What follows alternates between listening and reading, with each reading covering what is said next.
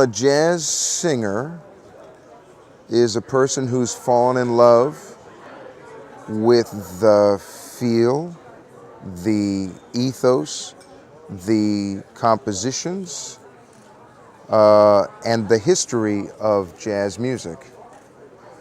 You can do that starting from any place in the world and any time in your life.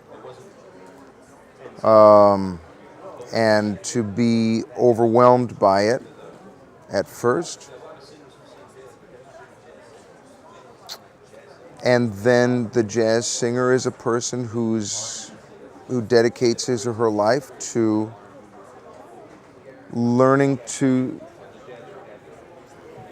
contribute to jazz history by singing beautifully, by singing excellent repertoire, by being as much a musician as he or she can be, singing in tune, great time feel, clever ideas,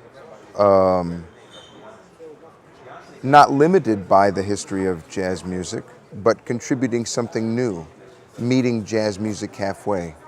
So if you come from here in Lviv, then maybe you remember something your grandmother sang or your mother sang, but there's something in it that makes that you still has beauty. Well, jazz wants to hear that.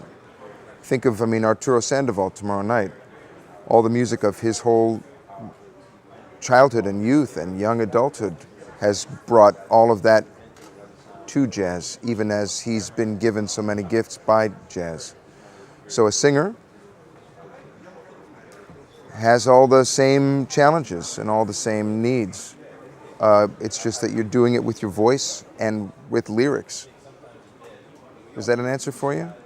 Well, this is a form of lyric writing and singing called vocalese. It was invented by John Hendricks and Eddie Jefferson and Annie Ross.